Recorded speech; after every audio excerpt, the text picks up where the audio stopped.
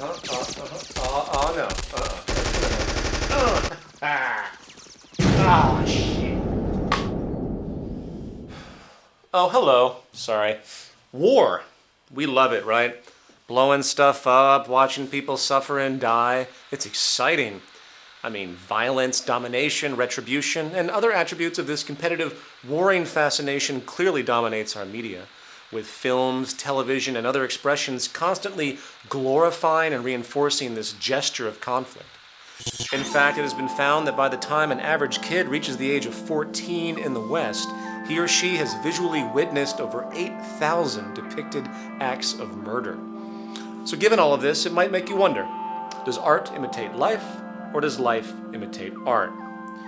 Likewise, isn't it interesting how most of us in America sleep quite well at night, while our military forces routinely invade, slaughter, and steal from other nations at will? As of course, all global empires have done historically.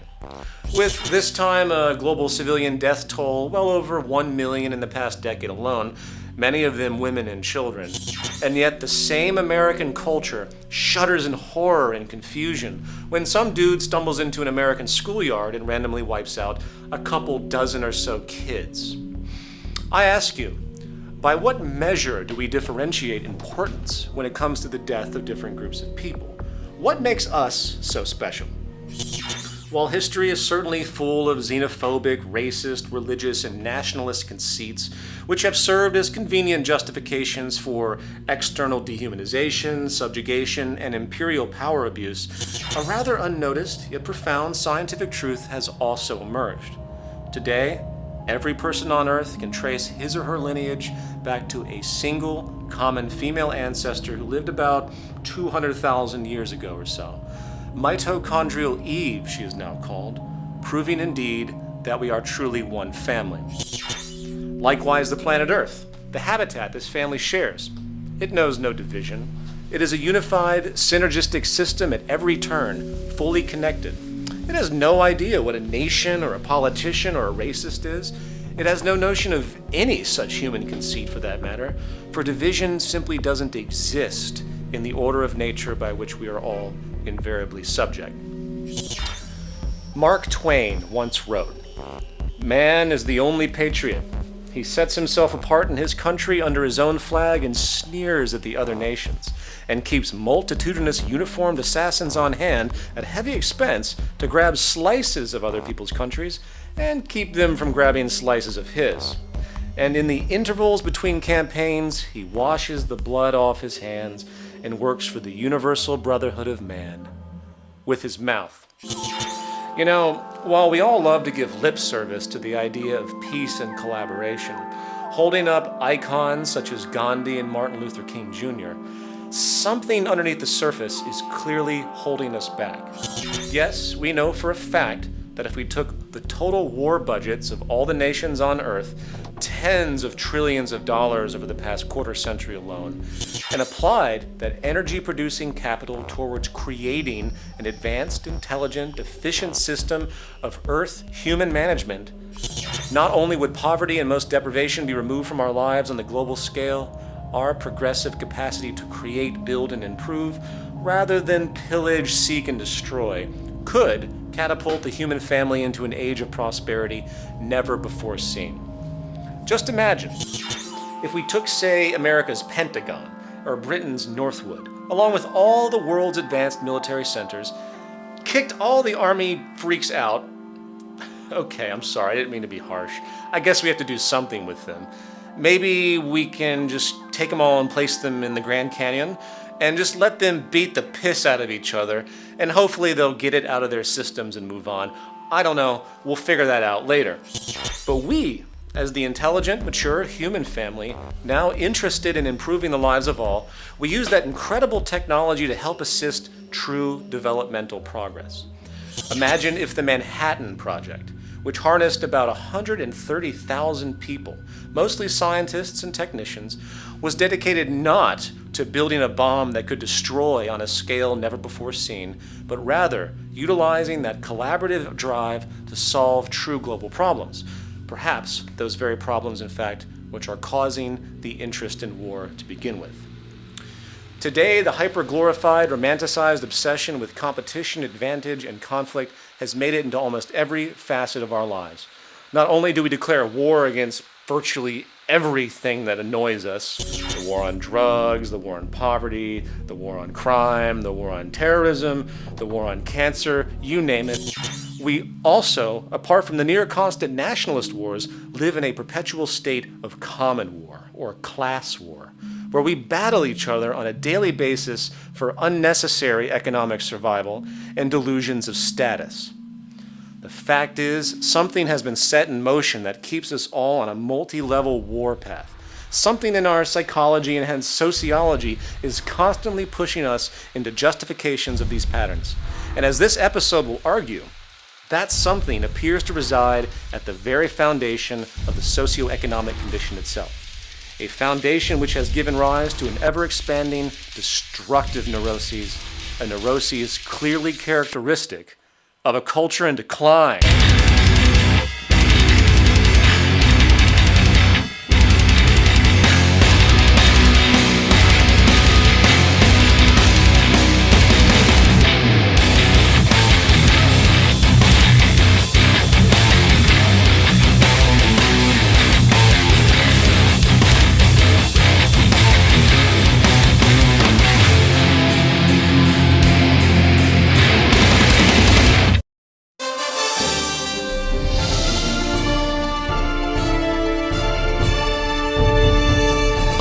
This just in, the president has finished an emergency session at the White House, where he announced that the security focus of his administration will be moving away from the global war on terror, instead focusing all available resources against something the administration has deemed a larger threat to U.S. and international security than anything recognized before: nature itself.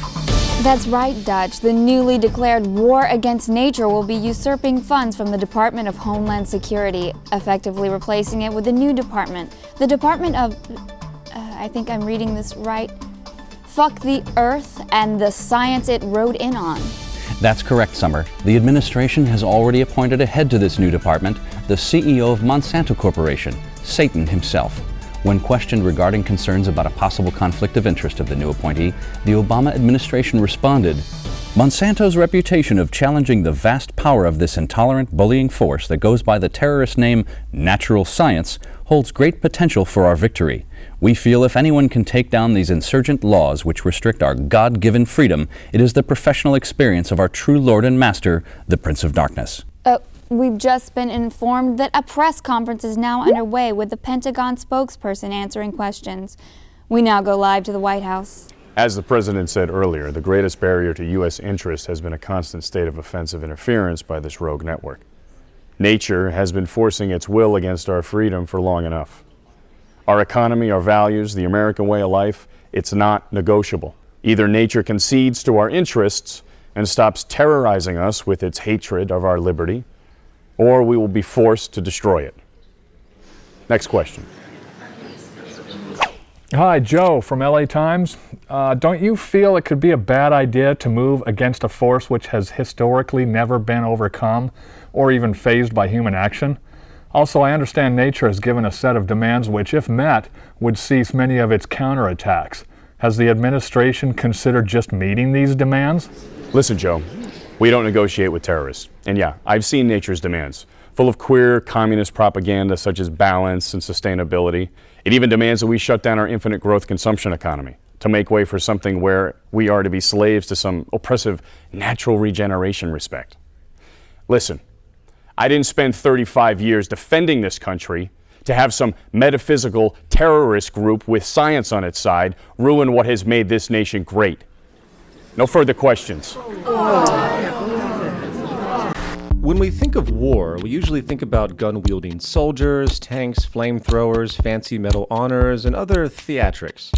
Yet, when we step outside the theater, digging deeper in our examination of the world around us, we find that war is actually a state of mind, a reaction, driven by some type of competitive condition. And if we had to classify the different levels of large-scale competition, we might end up with two broad categories: imperial war and class war. Imperial war, otherwise known as national war, is when an aggressor nation decides to invade some other nation, justified by some form of perceived threat. Back in the day, this threat often appeared as purely ideological, with religious groups battling it out to make sure they were in good with God. While in the mildly more literate scientific world today, the threat is more often than not pitched as direct to each of us. You know, such as, say, a rogue nation getting a nuclear weapon to blow up your grandmother's bingo tournament. Bingo. Or perhaps a crazed, state-funded hijacker crashing a plane into your favorite taco stand. Bastards. Regardless, in virtually every historical case, the justification for war put forward for public digestion has, always, been far from the truth. You see, there is indeed always a true threat, but that threat has little to do with the vast majority of the population. Instead, it is a threat that bothers only the highest echelons of the social hierarchy, an elitist upper-class self-preservation based around a loss of broad power and control. I mean, when was the last time the citizenry actually cried out for war? It doesn't happen, only the politicians go for it. And since the establishment would be hard-pressed to explain to their citizens that they are going to invade some nation for its natural resources, maintain currency domination, enable freedom for transnational corporations, along with other generally economic concerns to secure the interests of the upper 1%, various superficial psychological ploys are used instead. The most common today is the moral crusade. We must not tolerate this regime using military force against its own people, coupled with some basic yet irrational threat of attack. Iran's nuclear and ballistic missile activity poses a real threat, not just to the United States, but to Iran's neighbors and our allies. In the words of famed sociologist Thorstein Veblen, writing from 1917, any warlike enterprise that is hopeful to be entered on must have the moral sanction of the community. It consequently becomes the first concern of the warlike statesman to put this moral force in train for the adventure on which he is bent. You see, a large part of the Imperial War is the psychological war against the domestic citizenry itself. The U.S. government spends billions of dollars every year on public relations and recruitment alone, producing signs like this one. For our nation, for us all. Zamir, does that sound like Orwellian doublespeak? If it's for our nation, then it clearly isn't for us all, as the human species is the closest thing we have to all. And if it's actually referring to all of us in the nation, well, that would be hideously redundant, right? I think what they mean to say in this warm, loving community slogan is, for our nation, screw the rest.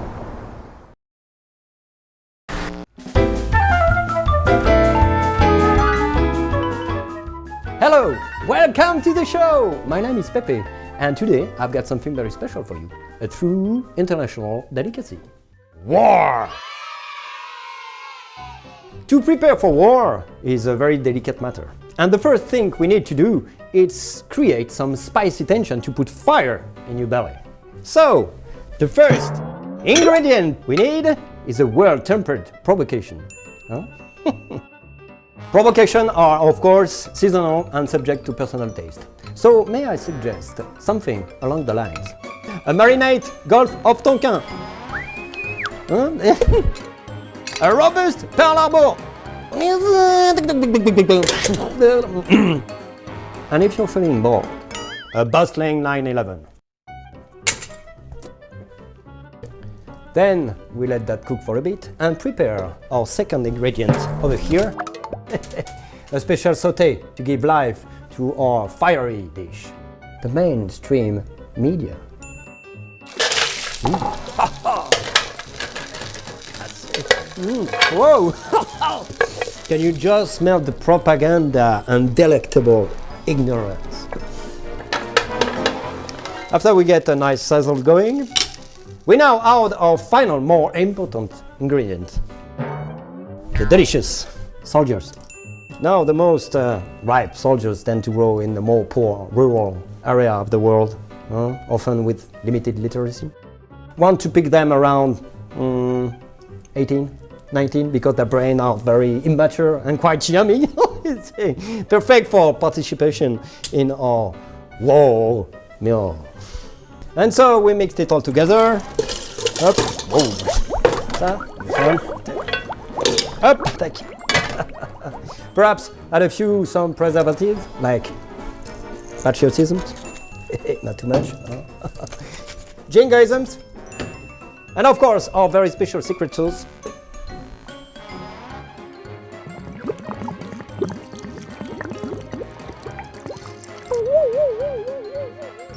Okay, and we are ready. The moment you have all been waiting for. Voila! I present to you the greatest international delicacy of all time, war. Bon appétit. You know, perhaps one of the most amusing aspects of national war is the circus-like pageantry and ceremonialism. Cute costumes, little hats, shiny pieces of metal, various parades and official posturing, and all adornments and theatrics that give this air of honor and authority. Of course, this is not to dismiss the true sacrifice of those who have given their lives in war, as there are always two sides. This true honor comes from a position of working to help others, not exploit them. And just as we hold the bravery of a firefighter who enters a burning building to save a child in high regard, the intention to help society through military service is, indeed, a noble gesture. Even though, sadly enough, 99% of those who enter the military with such noble intentions are more often than not being exploited for the criminal purposes of the corporate state. Still, you have to be impressed by this skill to give credence to an idea merely because of the nature of its presentation. In fact, whether it's academia, the news media, government itself, the military, or anything else in society, our culture tends to believe and respect people merely because of their presentation, confidence, and rhetoric, not the actual meaning or reasoning of the communication itself.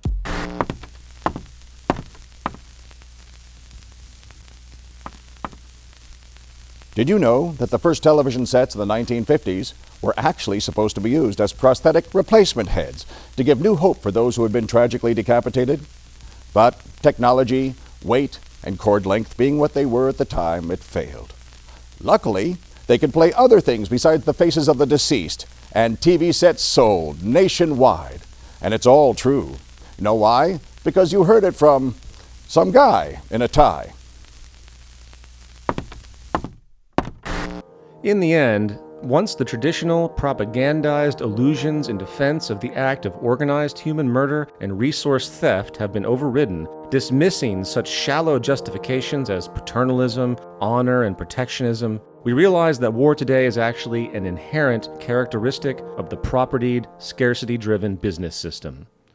Major General Smedley D. Butler, one of the most notable and decorated officers in U.S. history, stated the following with respect to the business of war in 1935. I spent 33 years and 4 months in active military service, and during that period I spent most of my time as a high-class muscle man for big business, for Wall Street and the bankers. In short, I was a racketeer, a gangster for capitalism. I helped make Mexico, and especially Tampico, safe for American oil interests in 1914. I helped make Haiti and Cuba a decent place for the national city boys to collect revenues in. I helped in the raping of half a dozen Central American republics for the benefit of Wall Street. I helped purify Nicaragua for the International Banking House of Brown Brothers in 1902 through 1912. I brought light to the Dominican Republic for the American sugar interests in 1916. I helped make Honduras right for the American fruit companies in 1903. In China in 1927, I helped see to it that Standard Oil went on its way unmolested. Looking back on it, I might have given Al Capone a few hints. The best he could do was to operate his racket in 3 districts. I operated on 3 continents. So given all of this, it's unique how the general public tends to separate the day-to-day competitive business acumen from the severe form of competitive violent warfare, when there's very good evidence to show that they are deeply intermeshed. To gain some perspective on this, we now welcome back our resident guru, Louis the Logic Gremlin. Before we get into the questions, I do have a letter here that I'd like to read to you and get your opinion on. It reads, Dear Peter, I really enjoy the new show. I think it is helping get these important messages across. However, I am disappointed with the crude Louis the Logic Gremlin character, as it is just irritating and hideously stupid. Also, would you please stop eating when you are speaking in the show? It's really disgusting and annoying. Rock on, Joe. I'm sorry, Joe. Louis, what do you think about that?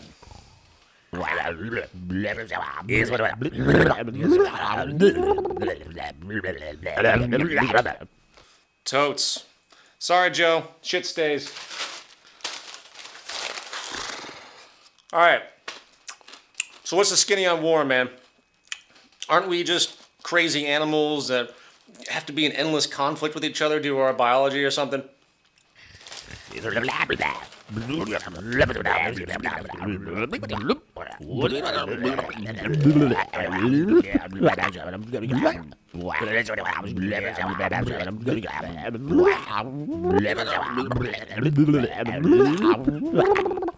I see what you're saying.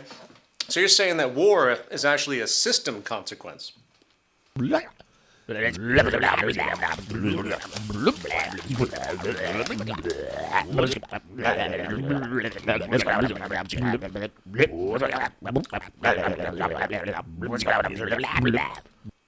Interesting.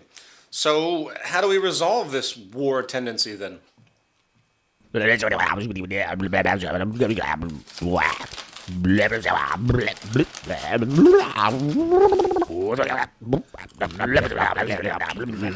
Gotcha. Well, thank you for your time, Louis. To gain some public consensus on the issue, we now turn live to our East Coast Culture and Decline correspondent, Big Scotty D, who's live in New York City to talk to people about what they think of war.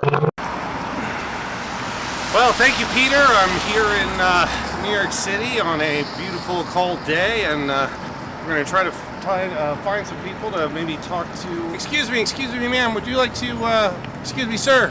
Sir, would you like to talk about the war? What? Would you like to talk about the war, sir? No. Would you like to talk about the war today? The war? No? Surely, would you like to talk about the war? God bless. No? The war, please? The war? No? You wouldn't like to talk about the war? No. I'm just sick of this, Peter. You're sending me on these assignments. It's freaking freezing out here.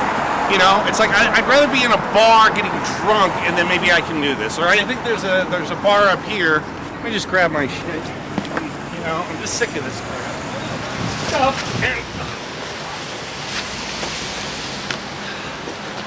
That's it. I am done, man. I am done. Get some other monkey, okay? There's trash, there's shit all over the place. But what does Peter want to know about? He wants to know about the war. Well, I'm sick of it, man. I gotta calm down. I just need a drink. Any of you Occupy Wall Street types? Oh, it's not about money, except when you can't eat. And it's not about foreclosures, except when you got nowhere to sleep. It's not about elections, except when they can be bought. And it's not about the wars, except when they're fought. It's not about the environment, except when we're running out of time. And it's not about my choices, except when they're not mine. It's not the lack of justice, except when you can't fight back. And it's not about the police, unless you're black. Fuck this shit. Fuck this shit. Come on, you wanna say it? Fuck this shit. Everybody, fuck this shit. Don't worry, none of these people are gonna be at work tomorrow. Fuck this shit. We're so totally ruled by the 1%, which is basically all the corporations wanting to sell us shit and influence us and influence our culture so that we can't even think for ourselves, and our sense of self is altered, and even like our sense of health. And like, I don't even fucking smoke. I don't know where this come from. Jesus. Peter Joseph has asked us to stand out here in the freezing cold and talk about the difference of classes here. But, you know, who's sitting in, like, his LA loft, like, relaxing with, like, his big, you know, flat screen TV?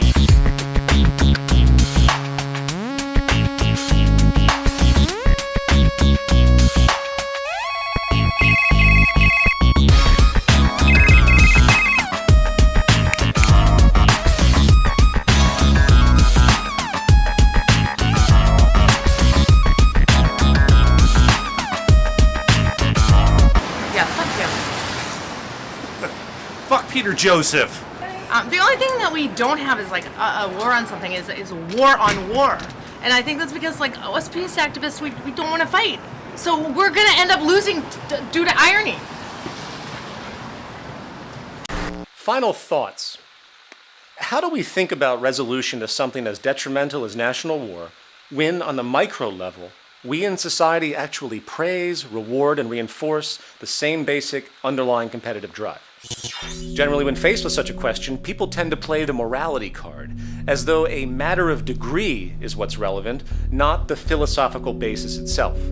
And usually this vague distinction is gestured to the effect that competition is good, but we should never go too far and be violent in any way. So then, of course, the question becomes, what constitutes violence? What if, instead of physically attacking you directly, I put you into a subtle yet deeply toxic condition where your life was shortened by decades via heart disease, cancer, mental illness, and other such consequences? Would that be considered violent?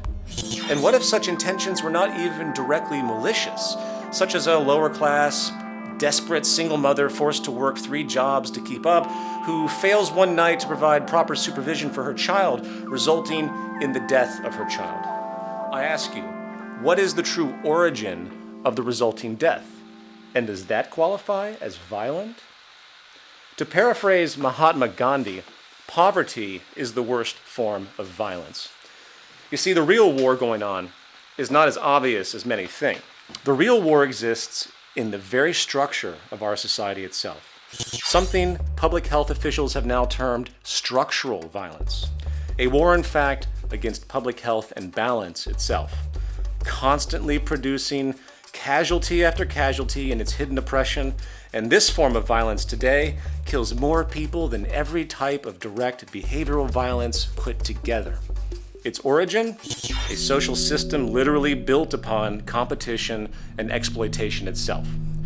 So, for all you noble activists out there, for all of you who pile into protest zones each time a new national war emerges and yell at the top of your lungs, keep in mind that you are only targeting a symptom of a larger sociological problem, and until the activist community realizes this, I'm sorry to say, your protests have no long-term consequence, as they do not address the root problem. But, on the bright side, it's still great entertainment, right? So let's keep watching this bizarre human experiment. Certainly the greatest yet worst reality show of all time for sure.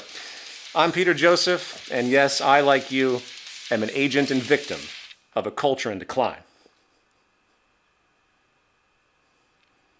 Where's the credit scene? What? What do you mean Bob didn't get hurt?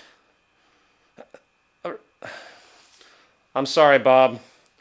It's the format of the show.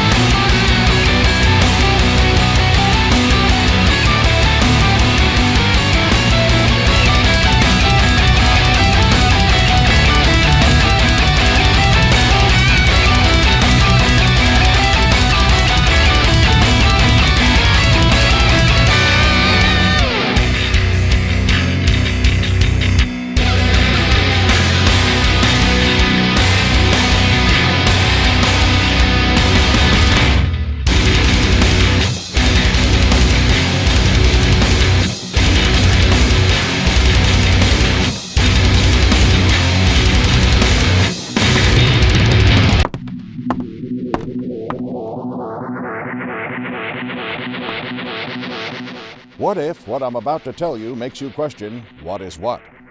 What if I propose a what-if scenario?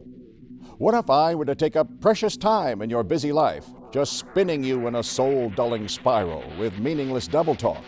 But at the same time, what if I kept you distracted with flashy graphics? Would you notice? Or for that matter, would you care?